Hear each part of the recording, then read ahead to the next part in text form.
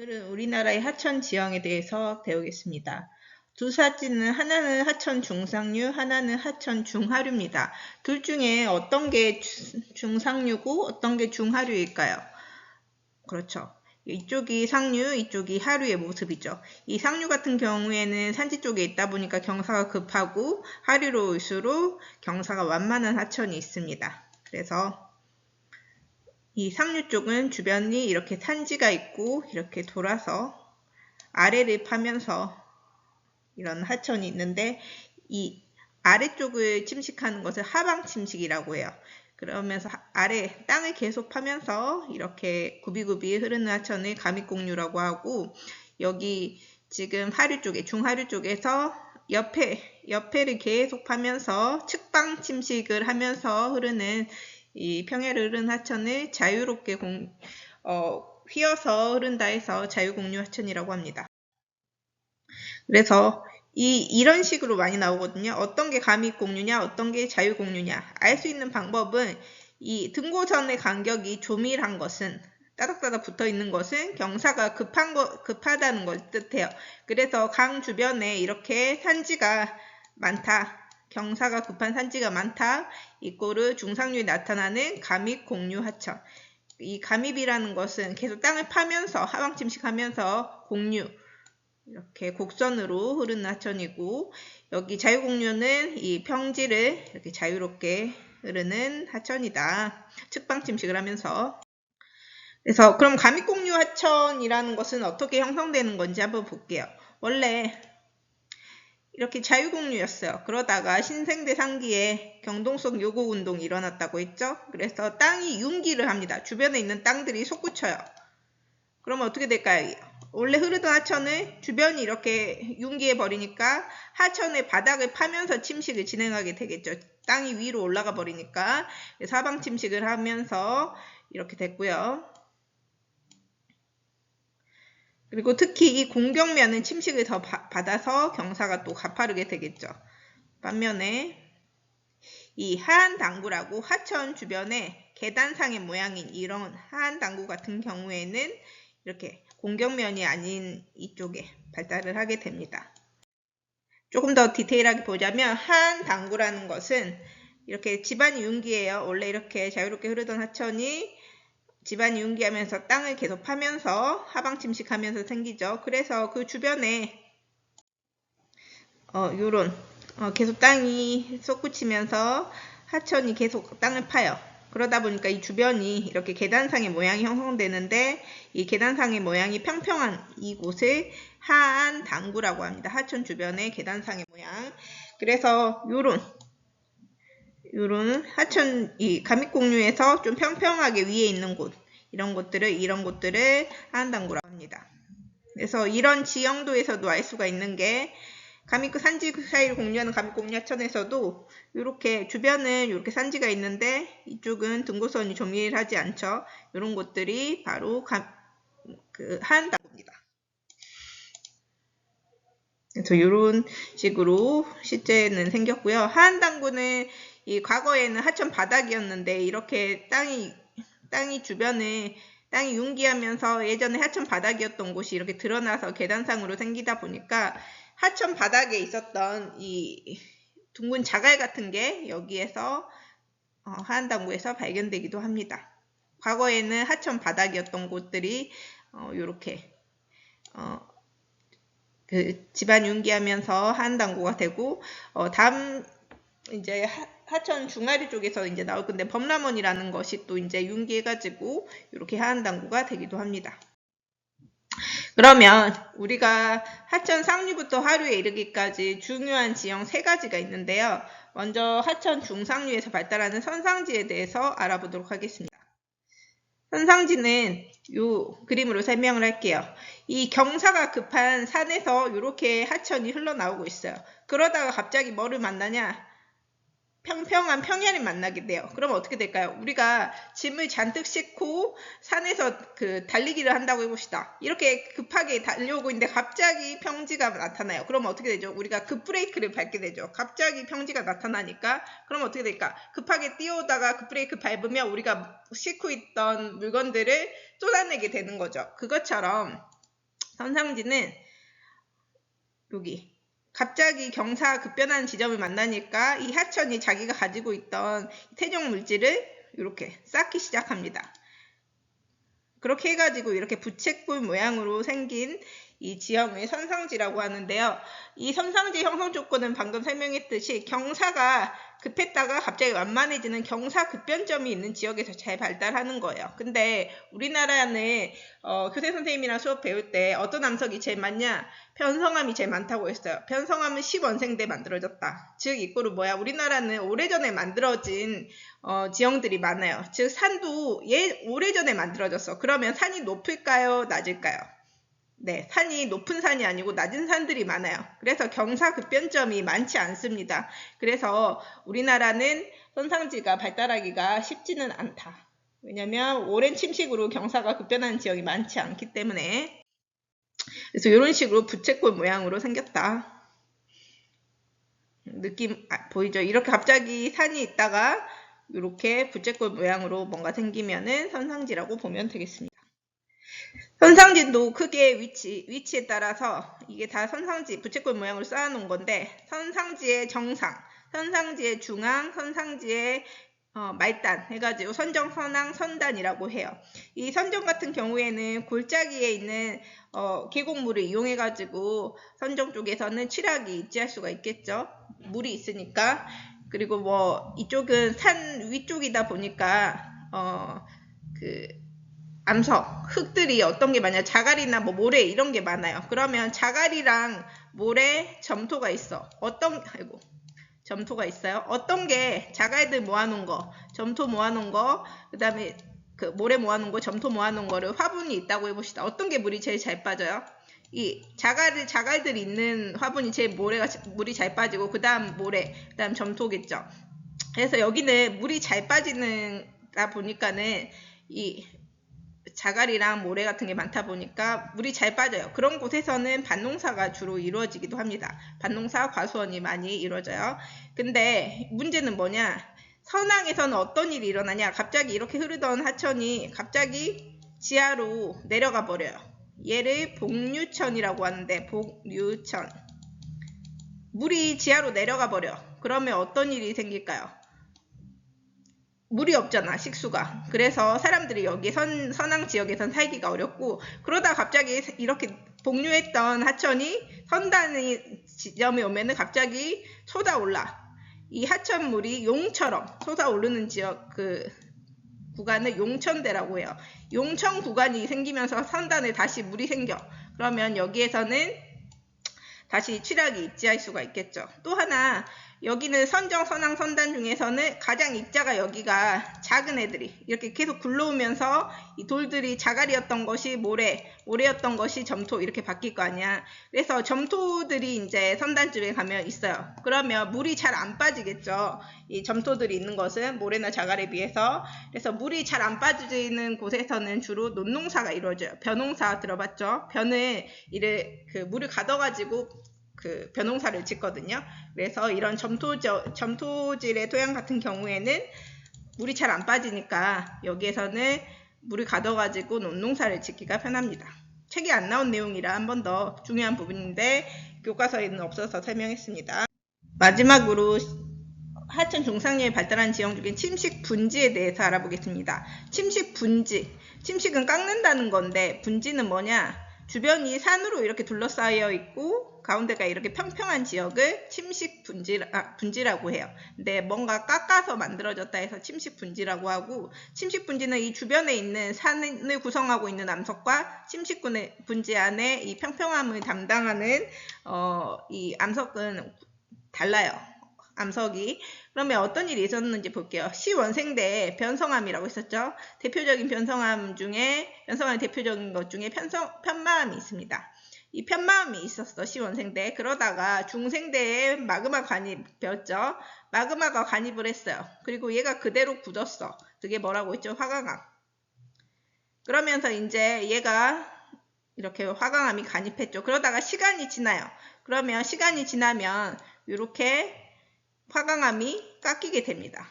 근데 변성암과 화강암 중에서 풍화와 침식에 강한 애가 뭐냐면 변성암입니다. 변성함은 시원생대 때 이제 암석인데 아직까지 남아있다. 그 말은 또 성격이 바뀌어가지고 변해가지고 지금까지 살아있는 암석이기 때문에 화강암과 변성암 중에서 변성암이 훨씬 더 풍화와 침식에 강해요.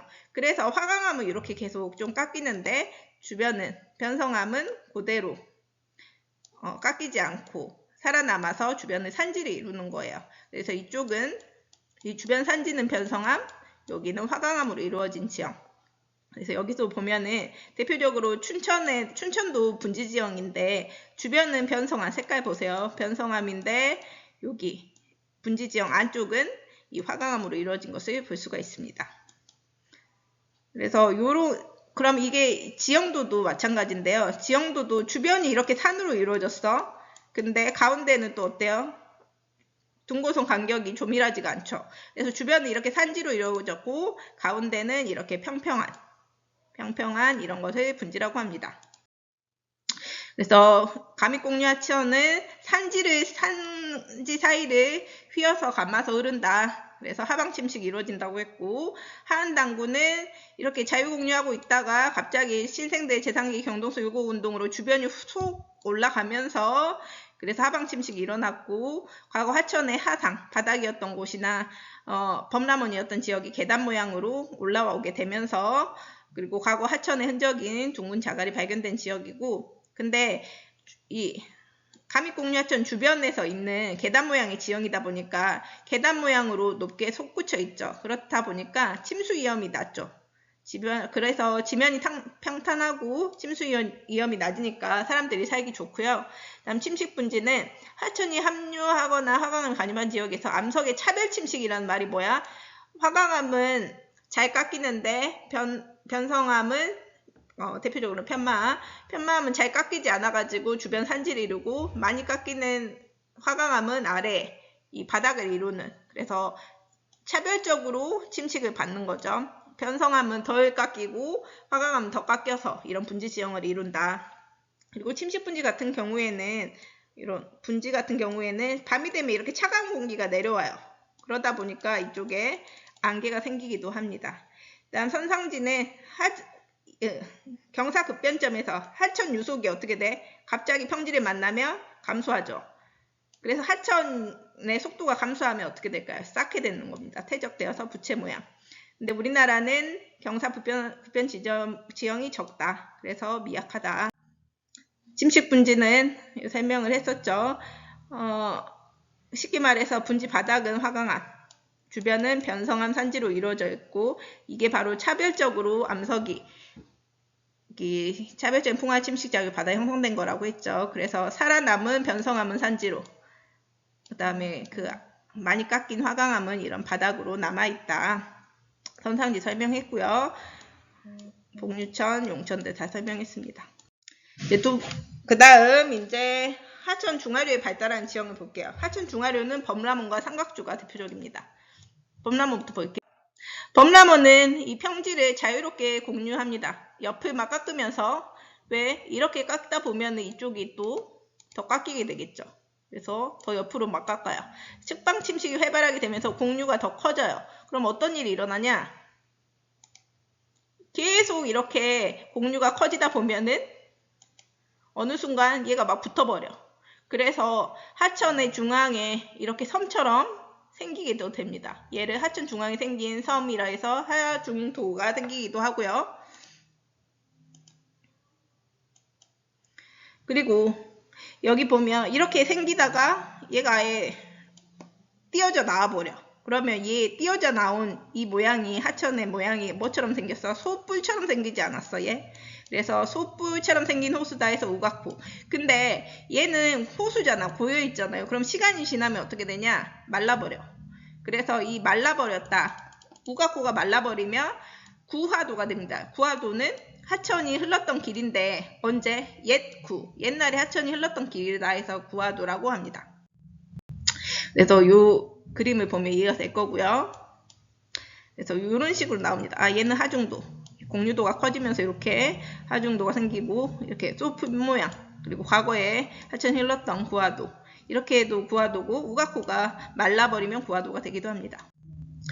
다음에 범람원 볼게요. 우리가 하천이 범람을 했어. 홍수가 났어요. 그러면 그 하천 물 색깔이 투명하든 아니면 흙탕물이든 흙탕물이잖아. 왜? 그 하천은 그냥 깨끗한 물만 흐르는 게 아니고 그 안에 흙들이 같이 흘러가게 돼요. 근데 홍수가 발생하면은 흙들이 막 뒤섞이면서 흙탕물이 되는 거죠. 그래서 이렇게 홍수가 나면은